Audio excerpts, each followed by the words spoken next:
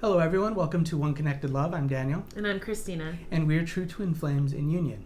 And today we're here to talk about a very interesting topic, and that is twin flame dreams. Yeah, so twin flame dreams are a hot topic for those on the twin flame journey.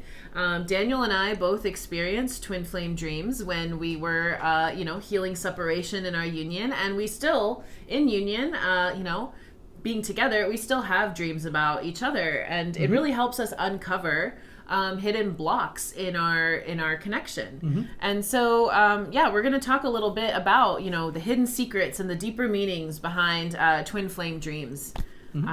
But let's get started with, what are twin flames? Yeah. So twin flames were both created at the same time, and they're created by God for each other. They are two whole souls that come from the same spiritual blueprint, and therefore they are one. They grow together. They are made to love each other eternally. Yeah, so your twin flame is your divine complement. And they're your divine mirror. They point you to what you're choosing in your consciousness, because you and your twin flame choose as one. Right. And so, the important thing about twin flame dreams, given that, you are one consciousness with your twin flame, is that they can give you important insight into your connection that you might not experience when you're awake and you have blocks in your consciousness to experiencing that connection. Your dreams are like a direct connection to your subconscious mind, and they're meant to point you in the direction of certain things to feel through. Yeah, good. So we'll move on to the next point, and that is understanding dreams. So the reason why you have dreams is, as Christina said, is that it is connected to the subconscious mind, but it also is you working out blocks in your consciousness. It's you working out things in your consciousness. You do it when you're awake, whether you may not be realizing it, but you also do it when you sleep. So like Christina said, dreams can be very important on giving you insights on what you're working through. Yeah, it's actually a very powerful tool that you can use in your spiritual work, because whatever you dream about, it's it's pointing you to, whatever story unfolds in your dream, it's pointing you to things that your mind is processing in the background, right? Right. And so you should really pay attention to how you feel in a dream. When you wake up, anything that you particularly remember. Dreams provide you spiritual insight, especially if you remember your dream. That's important. There's something there for you, even though you are in, the dream world. It is like a real experience that you've had with your subconscious mind, and it's not like a fantasy. It's pointing you to certain things that your mind is like processing in the background. Right. And one thing to note about dreams and like the nature of dreams is, like you said, they're the dream world, or it's really like there could be a lot of things that are symbolic in dreams, and they mean something different than what actually is like happening or occurring in the dream. And that's what we're going to go into, how to decode the meanings for yourself. Yeah. Good. So signs and symbolism. Yeah. So how would someone decode the meaning for themselves? Right. So, let's give some examples. Let's say that you had a dream, and the person that you believe to be your twin flame is in it, and you're having a fight in the dream. Well, it's pointing you to a part of your consciousness that, you are working something out with yourself in there.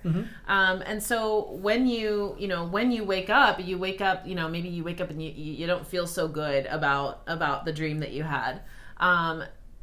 It's not like, this is the truth about your connection, but rather it's a space for you to go deeper with whatever was coming up there, Right. And it's a space for you to feel your feelings and process what was going on there. Right. Yeah. Right, exactly. Dreams do not always have to be taken literally for like what you see in the dream. I know it's very easy to like wake up sometimes and be shocked from a dream and be like, oh, I need to figure out what this means. I need to ask someone, like, tell me what does this mean? But the truth is like Christina said, is that the important thing to decode your dreams is in your feelings. Sometimes if you pay attention to like how you feel during a dream, sometimes you may be watching something that is technically like a scary scene, but you might feel like peaceful about it. Like you're just watching a movie in your dream. Sometimes you will see something that seems peaceful or happy that you're seeing, but something about the feelings don't feel peaceful there. And that's why it's really, really important to pay attention to the feelings, because in your feelings is where you connect to your intuition. It's where you can connect to God and get clear there and receive the meaning for yourself. Yeah. Yeah, and I want to, I just want to share a little more about like symbols that you can experience in your dream. So, if there's anything in your dream that particularly stuck out to you, like, oh, we were climbing a staircase, or like, oh, there was a cat that kept crossing our path. Right. That's something to note, and that's something to feel into, right? You can look online. There's a lot of like widely accepted, definitions for certain dream symbols, and if you feel guided to look that up, you can.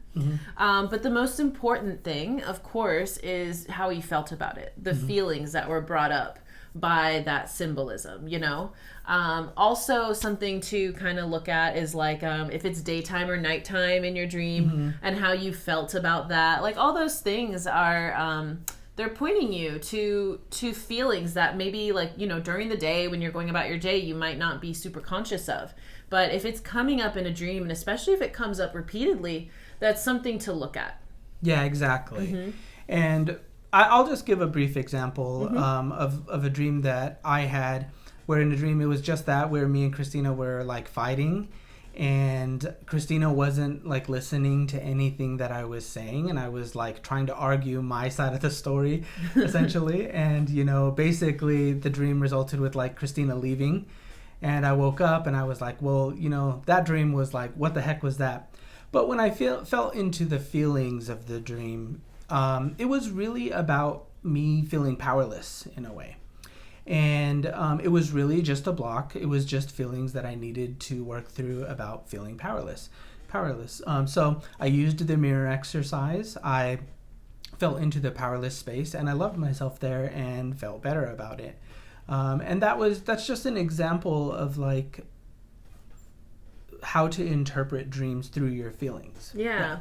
Another common thing that people experience is, being intimate with your twin flame in your dream, or being intimate with someone else in your dream too.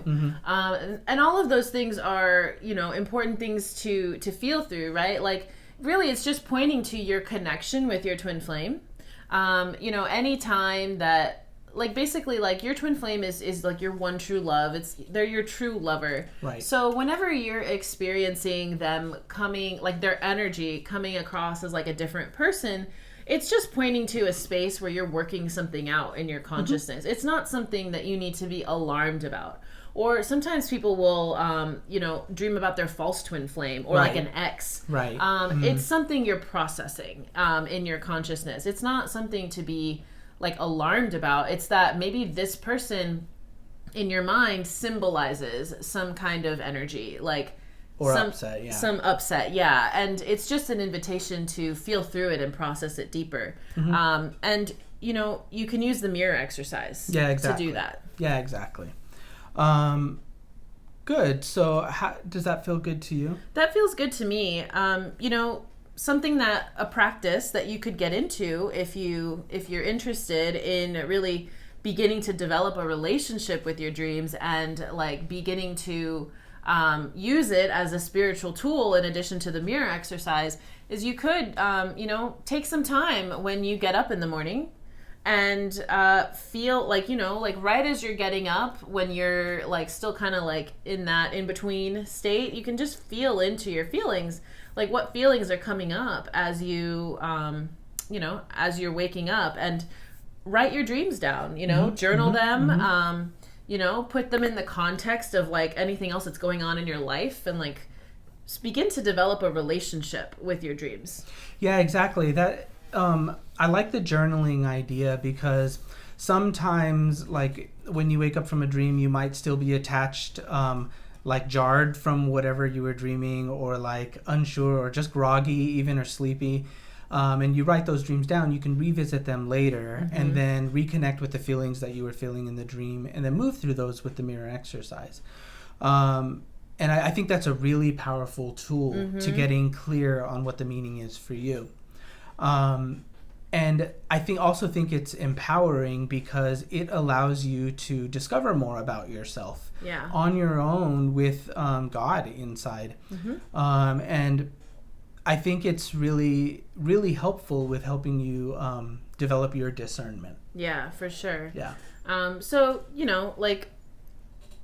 in conclusion, I feel like, dreams are not something to, it's not just like something to, ignore and just like, oh, that was weird, and like let it go. But, they're a powerful tool for your spiritual work, and a powerful tool for understanding your subconscious. And when you choose to develop a relationship with your dreams, you can really harness this tool to help you, move through upsets in your life faster. Yeah. Good. Yeah, does that feel complete to you? Yeah, that feels complete to me. Good. All right. Well, once again, we are Daniel and Christina, and we enjoyed bringing you this video. If you have any questions, feel free to put them in the comments below, and we're happy to answer your questions for you. No, it's all. We are Ascension coaches, and we do private coaching, we do group coaching, we also do private readings. If you're interested and you need support on your journey, we'd be happy to support you with that. Yeah, definitely don't try to wing this on your own. There's so many resources available to support you. We're here for you, and we're happy to support you. All right. Well, thank you so much for watching this video, and we'll see you in the next one.